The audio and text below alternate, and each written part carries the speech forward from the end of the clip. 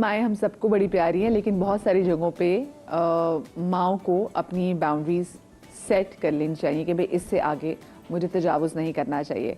तो इसी हवाले से शो में बात भी करेंगे। मेरे साथ मौजूद हमारी बहुत ही परवीन अकबर साहिबा। अस्सलाम वालेकुम जी, कैसे हैं आप? ठीक ठाक हैं? हमारे साथ फरहान नदीम है। अस्सलाम वालेकुम, कैसे हैं? कैसी हैं? बहुत अच्छी लग रही है माशाल्लाह। आप भी माशाल्लाह। और इतने ऐसे बाद मेरे शो में आई और हमारी बहुत ही लो ड्राई देखे ना कितना मजे का लग रहा है, जबरदस्त माशाल्लाह माशाल्लाह। अच्छे लोगों का रिफ्लेक्शन तो आएगा ना। और हमारी बहुत ही प्यारी निदा मुमताज। अस्सलाम वालेकुम, कैसे हैं आप? ठीक ठाक हैं? ठीक ठाक अल्हम्दुलिल्लाह। और जनाब हमारे साथ लाहौर से भी ज्वाइन करी हैं डॉक्टर नबीहा एजाज, साइकोलॉजिस्ट भी हैं। और नबीहा की एक तरह से मुझे लगता है, और हम जो देखते भी हैं कि हमारे जो सोशल इश्यूज़ हैं, जो हमारे रिलेशनशिप के मसले मसाइल हैं, उन पे बड़ी ख़ास और गहरी नज़र। अस्सलाम वालेकुम नबीहा।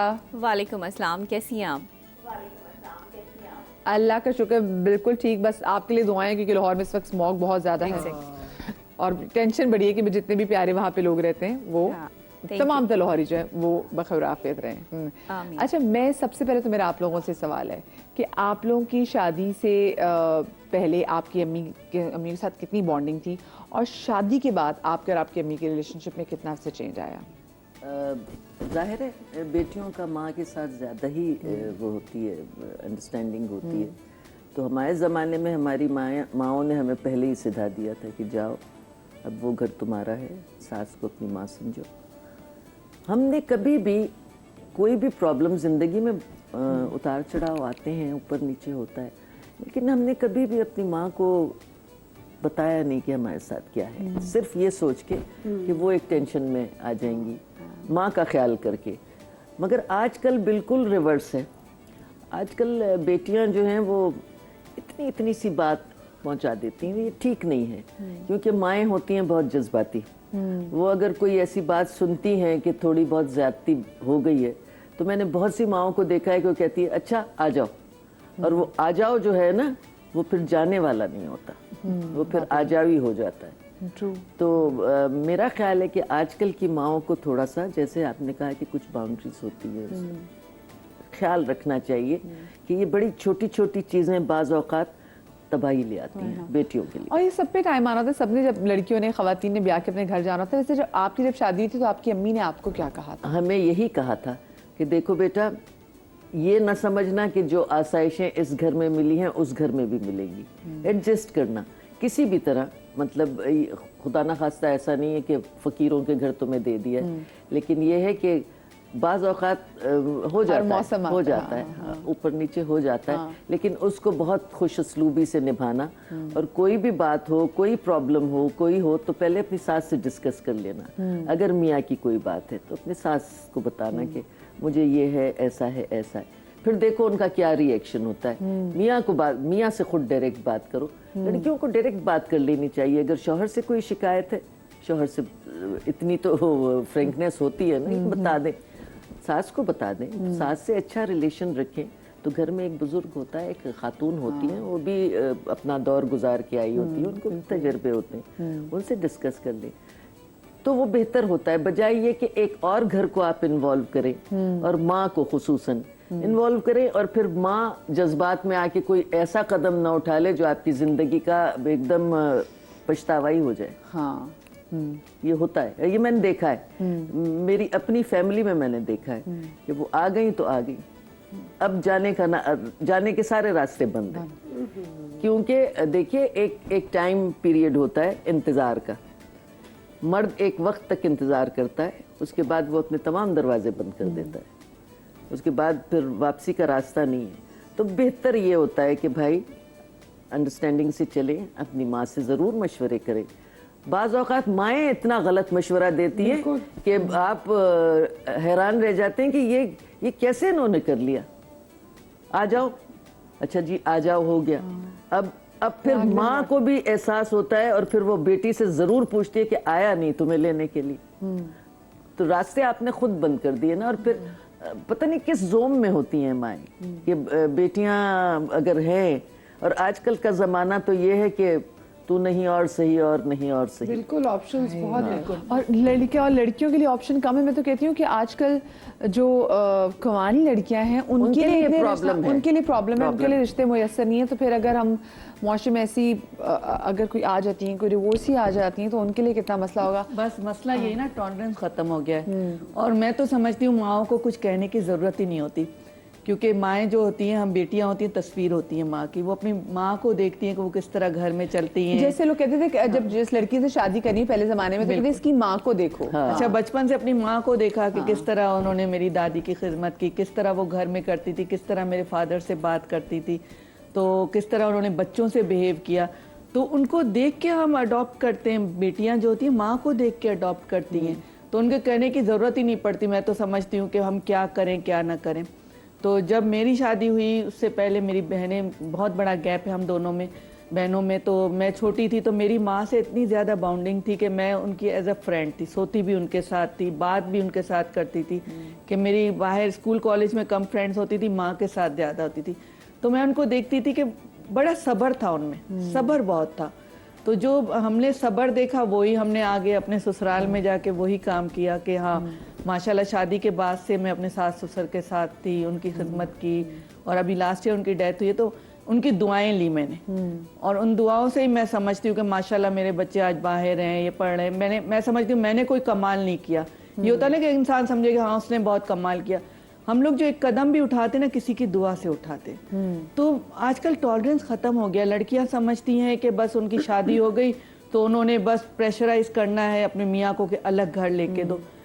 अच्छा, अलग घर बहुत अच्छी बात है, लेकिन ये भी तो देखें कि वो अफोर्ड कर सकता है कि नहीं कर सकता। एक जॉइंट फैमिली में होता है कि आपके इन लॉज एक साथ होते हैं, तो एक खाने का खर्चा बचता है, आपकी बहुत सारी, आपके बच्चे पल जाते हैं। अगर आप जॉब कर रही हैं तो बहुत सारा आपको सपोर्ट मिल जाता है। तो ये बातें लोग नहीं समझते। अच्छा, वैसे आपको क्या आपकी अम्मी ने कहा था जब आपकी शादी हो रही थी? तो आपको क्या कुछ कहते हैं ना, कुछ बातें माएँ समझा के भेजती हैं, वो क्या बातें थी वैसे? जब मेरी शादी हुई थी बस मैंने तो वही कहा ना कि मेरी माँ ने कुछ नहीं कहा, बस रो ही रही थी और कह रही थी कि अब तुम्हारा घर वही है। देखो जो तुमने देखा है अपने हिसाब से इस घर में, वही तुम अपने घर में अपनी सास को भी वही इज्जत दोगी। कि इज्जत रिस्पेक्ट बहुत बड़ी चीज़ होती है। आपने थोड़ी बहुत होती हैं बातें, आप नए घर में जाते हैं, थोड़ी बहुत आपको बातें ऐसी लगती हैं कि अच्छी ना हो, लेकिन आपने सब्र करना है थोड़े अरसे। और आहिस्ता आहिस्ता एक साल शादी का होता है, आपने अगर उसमें सब्र कर लिया और अच्छी तरह वहाँ एडजस्ट हो गए तो वो जिंदगी भर आपको फल देगा। वो चीज़ आती है। निधि जी, आपकी अम्मी के साथ कैसी बॉन्डिंग थी? और जब आपकी शादी हो रही थी तो उसके बाद आपके अम्मी के साथ रिलेशनशिप में कितना फ़र्क आया? मतलब ज़्यादा बॉन्ड स्ट्रांग हो गया, कैसा था? नाशरी, शादी के बाद बेटियों की माओं के साथ ज़्यादा अटैचमेंट होती है, क्योंकि आपको ना उस वक्त समझ नहीं आती जब आप यंग होते हो।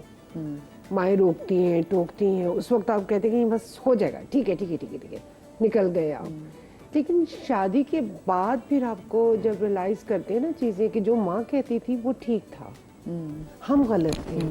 फिर जब आपके बच्चे होते हैं उस वक्त टोटली आपकी सोच डिफरेंट हो जाती है। माँ कहती थी ना कि जी साढ़े बच्चे होंगे ना तो फिर ਤੁਹਾਨੂੰ पता चलेगा। और वाकई आज पता चल रहा है कि यार माँ कितना सही कहती थी ना। खासकर बेटी जब आपकी हो तो बेटी के लिए तो आपको सारे पर्पज़े खोल के रखने चाहिए ना, तो बहुत ज़रूरी होता है। क्योंकि आप जिस तरीके से आप बिहेव करोगे वही आपकी औलाद भी सीखेगी।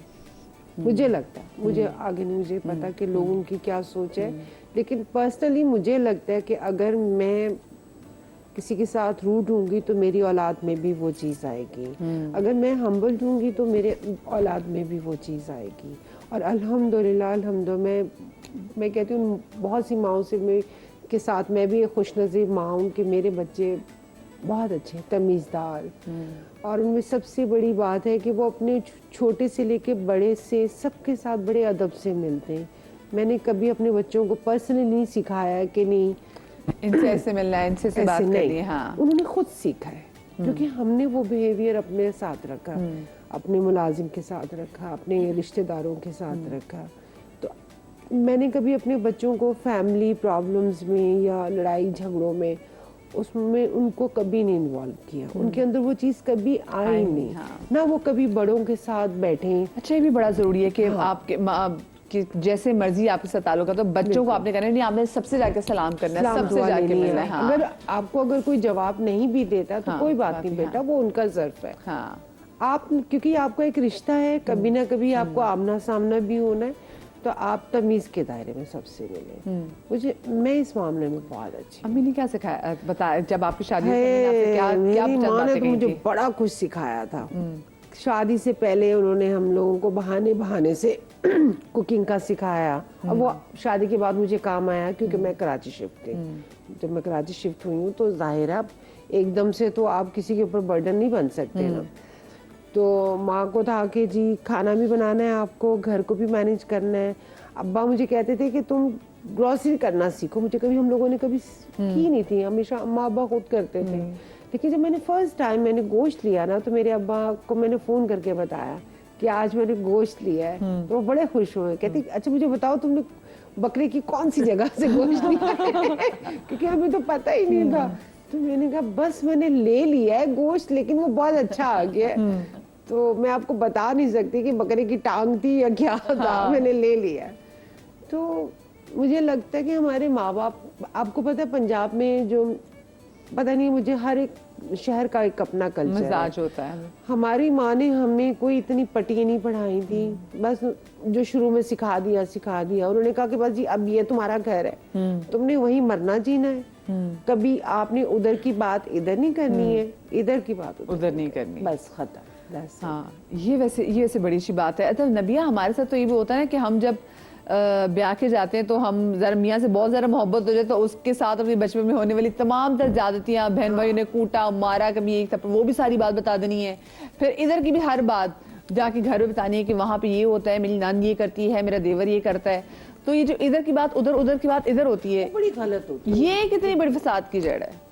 देखिए असल प्रॉब्लम ही यही है कि यहाँ पर जो लड़कियाँ हैं वो इतनी ज़्यादा पढ़ी लिखी तो हैं, लेकिन शायद इतनी बाशऊर नहीं है या उनकी तरबियत उस तरह नहीं की जाती। माँ का बड़ा रोल होता है एक लड़की की तरबियत में, क्योंकि आप ये देखें कि जो माँ सिखा रही है या जो माँ खुद कर रही है वही चीज़ अडॉप्ट करके दूसरे घर जब एक लड़की जाती है वहाँ पर वो चीज़ें जो है वो कर रही होती है। आजकल या वैसे भी पहले भी जो भी दौर रहा है इसमें जो है वो लड़कियों को ब्याया नहीं जाता, बसाया भी खुद ही जाता है। ये माँ बाप की जिम्मेदारी होती है कि जहाँ वो उसको ब्याह के भेज रहे हैं ना, वहाँ पे बसाना भी उनकी जिम्मेदारी है, और ख़ास तौर पे माँ की। देखिए ना, एक माँ का सबसे ज़्यादा जो एक मजबूत रिश्ता होता है वो बेटे के साथ होता है। बेटी के साथ मजबूत रिश्ता तब होता है जब वो ससुराल में चली जाती है, वो उस घर से जो है वो दूसरे घर शिफ्ट हो जाती है। उसके बाद माँ को ये एहसास होता है कि मेरी बेटी मेरा किस तरह से ख्याल करती थी या मेरे साथ उसकी कैसी अटैचमेंट थी। वो अटैचमेंट को कायम रखने के लिए साइकोलॉजिकल जिस प्रोसेस से गुजर रही होती है वो अपनी बेटी के साथ इन टच रहती है, या तो खुद या फिर वो बेटी जो है वो अपने आप को अकेला महसूस कर रही होती है क्योंकि वो अपनी माँ बाप की जगह किसी को नहीं दे रही होती। वो उस वक्त जिस घर में जाती है उनको बहुत जल्दी एक्सेप्ट करने की सलाहियत जो है वो उसमें नहीं होती। देखिए आपको पता है कि एक बच्ची जब छोटी आप परवरिश कर रहे हैं, बड़े होकर आपने उसकी शादी करनी है। बच्चियों को हम साइकोलॉजिकल पॉइंट ऑफ व्यू से क्यों इतना स्ट्रॉन्ग नहीं करते कि आपने अगले घर जाना है, आपका अगला घर जो है वो ससुराल का घर है। चले 15 साल के बाद ही आप उनकी जो है वो ये मेंटल अप्रोच जो है वो उनको लेके जाएं कि दूसरे घर भी उन्होंने जाना है, उनको कोई घर की घर गृहस्थी सिखाएं, उनके साथ कोई अच्छे माहौल में बैठ के बात करें, बड़ों का अदब से लेके उन्होंने अपने तमाम तर रिस्पॉन्सिबिलिटीज़ को कैसे अदा करना है, कैसे लेके चलना है, ये सब चीज़ें माँ की जिम्मेदारी होती है। माँ की जिम्मेदारी ये नहीं होती कि जब बेटी की शादी हो गई तो तब सबसे ज़्यादा फोकस जो है वो उसने इस बात पर करना शुरू कर दिया कि बेटी के साथ कौन वहाँ बुरा सलूक कर रहा है। कोई अच्छा सलूक भी कर रहा होगा, ऐसे तो नहीं हो सकता कि सभी जो है वो बुरे हों। हजूर पाक सल्लल्लाहु अलैहि वसल्लम फरमाते हैं कि औरत पे सबसे ज़्यादा हक उसके शौहर का है। अब आप ये देखें कि एक औरत जो है उस पर सबसे ज़्यादा हक जो है वो माँ बाप का नहीं है, वो माँ का नहीं है, वो बाप का नहीं है, उसके शौहर का है। यानी उसकी असल ज़िंदगी उसके ससुराल में जाके शुरू होती है। एक लड़की अपनी असल ज़िंदगी अपनी ससुराल में जाके जी रही है, यानी उसके ससुराल से उसके नई ज़िंदगी का आगाज़ हो रहा है। आपने मर्दों के जहाद के बारे में तो सुना होगा कि मर्द जहाद करते हैं। आपको पता है औरत का जहाद क्या है? औरत का जहाद ये है कि वो अपने शौहर के साथ अच्छी ज़िंदगी बसर करे। ये है औरत का जहाद।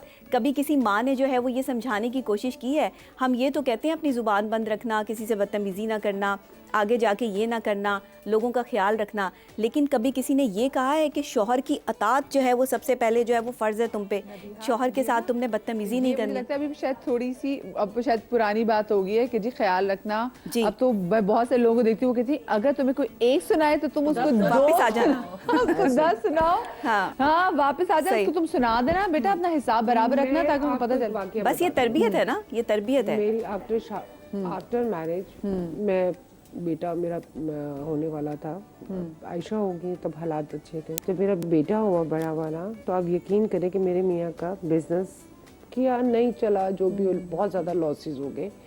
तो आप यकीन करें गर्मियों के दिन कराची में कितनी गर्मी होती है और मैं ससुराल से अलग रहती थी, तो आप यकीन करें मेरे पास सिर्फ 2 जोड़े थे गर्मियों के लॉन के, और मैंने अपने माँ बाप को या बहन भाई में से किसी एक को नहीं बताया कि मेरे पास कपड़े नहीं हैं। इवन मेरे घर में मासी नहीं थी और मैं खुद झाड़ू पोछा करती थी, प्रेगनेंसी में करती थी, खाना बनाती थी, बर्तन धोती थी। जो मैंने ज़िंदगी में कभी कुछ नहीं किया था, मेरे हाथों में छाले बन गए थे। अब सोचें, मेरी नेबर्स मुझे कहती थी कि तुम किस मट्टी की बनी हुई हो, तुम अपने माँ बाप की तरफ चली जाओगे, तुम्हारे इतने बुरे हालात हो रहे। मैंने कहा नहीं, मैंने कहा मेरे मियाँ की इज्जत क्या रह जाएगी, उनको पता लग गया तो।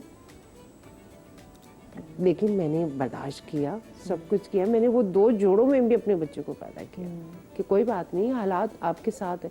मैं कहती हूँ ये माँ बाप को भी ना औलाद को सब्र जरूर सिखाना चाहिए।